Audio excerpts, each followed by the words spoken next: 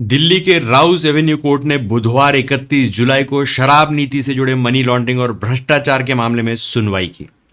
Special जज कावेरी बावेजा ने दिल्ली के सीएम अरविंद केजरीवाल समेत पूर्व डिप्टी सीएम मनीष सिसोदिया और बीआरएस नेता के कविता की जुडिशियल कस्टडी 13 अगस्त तक बढ़ा दी थी। वहीं सीबीआई की जांच वाले भ्रष्टाचार मामले में सिसोदिया और कविता की जुडिशियल कस्टडी 9 अगस्त तक बढ़ा दी थी। इससे पहले 25 जुलाई को मनी लॉन्ड्रिंग केस में हुई सुनवाई में तीनों की जुडिशियल कस्टडी 31 जुलाई तक बढ़ाई गई थी। साथ ही भ्रष्टाचार मामले में केजरीवाल की कस्टडी 8 अगस्त तक बढ़ाई गई थी। इससे पहले दिल्ली हाईकोर्ट ने 29 जुलाई को अरविंद केजरीवाल की सीबीआई की गिरफ्तारी को चुनौती देने वाली याचिका और अंतिम जमानत की याचिका पर फैसला सुरक्षित रखा था।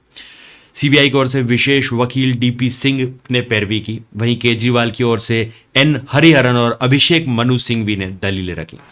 सीबीआई ने 29 जुलाई की सुनवाई में कहा था कि केजरीवाल ही दिल्ली शराब नीति केस के असली सूत्रधार हैं। उनकी गिरफ्तारी बिना मामले की जांच नहीं की जा सकती। 1 महीने के भीतर हमने चार्जशीट दाखिल की थी।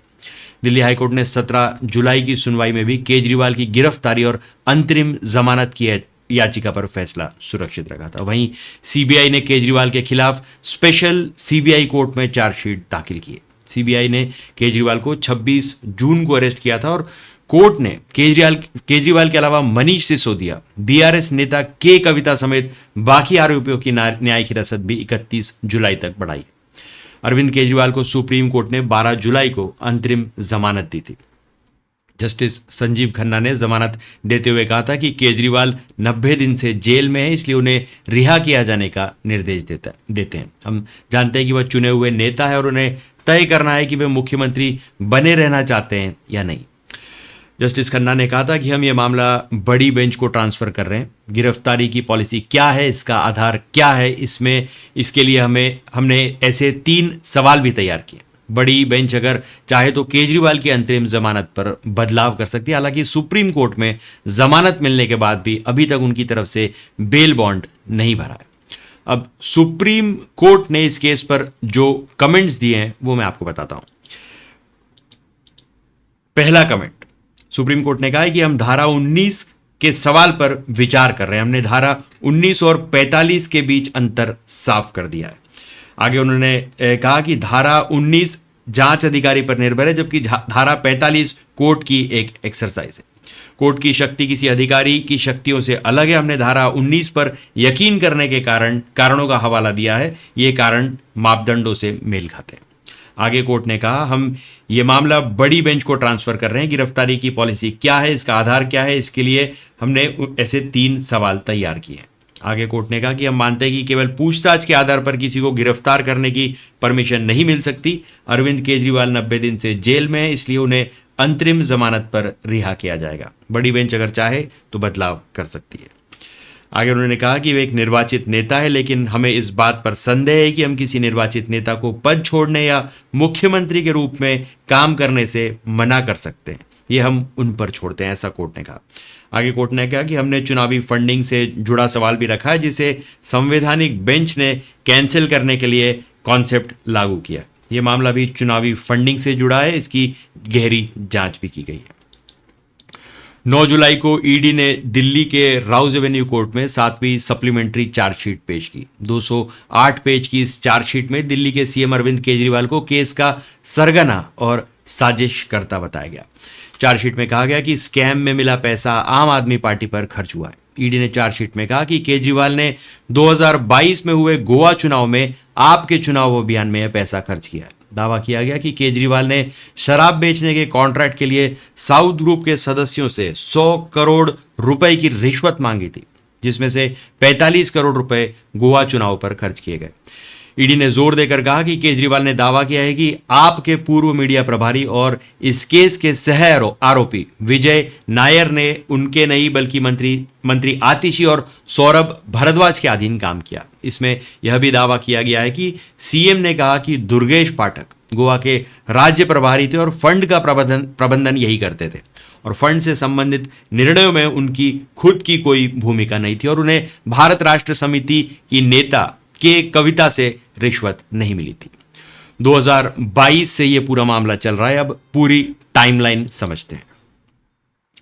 2022 17 अगस्त को सीबीआई ने आबकारी नीति में मनीष सिसोदिया सहित 14 लोगों के खिलाफ एफआईआर की थी। इसके बाद एलजीबी सक्सेना ने जांच के आदेश दिए थे।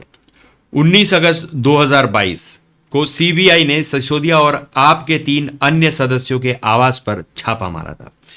22 अगस्त 2022 को ईडी ने सीबीआई से मामले की जानकारी ली और मनी लॉन्ड्रिंग का मामला इन पर दर्ज किया।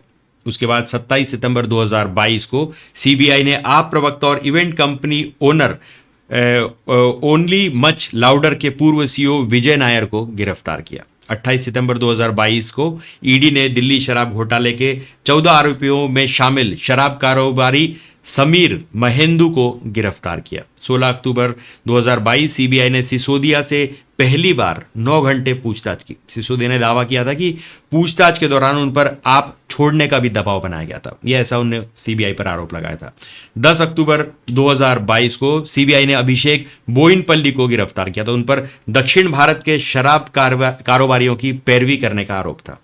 30 नवंबर 2022 सिसोदिया के करीबी अमित अरोड़ा को गिरफ्तार किया गया। ईडी ने तेलंगाना के पूर्व सीएम के चंद्रशेखर राव की बेटी के कविता को भी इसमें नामजद किया। आते आते 2023 शुरू हो गया। 26 फरवरी सिसोदिया सीबीआई ऑफिस पहुंचे। यहां 8 घंटे सवाल जवाब के बाद उन्हें गिरफ्तार कर लिया गया। ये तारीख थी 26 फरवरी 2023। फिर 4 अक्टूबर को ईडी ने आपके राज्यसभा सांसद संजय सिंह को 10 घंटे तक छापेमारी के बाद उनके घर से संजय सिंह को उन्हें गिरफ्तार किया। 2024 15 मार्च ईडी ने हैदराबाद में के कविता के घर पर रेड की। 8 घंटे तलाशी के बाद उन्हें वहां से गिरफ्तार कर लिया गया। 21 मार्च को ईडी ने दिल्ली के मुख्यमंत्री और आप प्रमुख अरविंद केजरीवाल को उनके घर से गिरफ्तार किया। एजेंसी इसके पहले उनको 9 समन भेज चुकी थी। 10 मई सुप्रीम कोर्ट ने चुनाव प्रचार के लिए केजरीवाल को 21 दिन की जमानत दी। उन्हें 2 जून को सरेंडर करने को कहा। 17 मई 2024 को दिल्ली शराब नीति में ईडी ने राउज एवेन्यू कोर्ट में 8वीं चार्जशीट दाखिल की। इसमें केजरीवाल और आप का नाम शामिल है। उसके बाद 2 जून 2024 केजरीवाल ने तिहाड़ जेल में सरेंडर किया और 20 जून दिल्ली की राउज एवेन्यू कोर्ट ने दिल्ली शराब नीति घोटाले में मनी लॉन्ड्रिंग केस में सीएम अरविंद केजरीवाल को जमानत दे दी। दिल्ली के एलजीबी सक्सेना के प्रधान सचिव ने मुख्य सचिव को शनिवार 20 जुलाई को चिट्ठी लिखी है। इसमें उन्होंने मुख्यमंत्री अरविंद केजरीवाल पर सही डाइट नहीं लेने का आरोप लगाते हुए उनकी तबीयत का जिक्र किया है।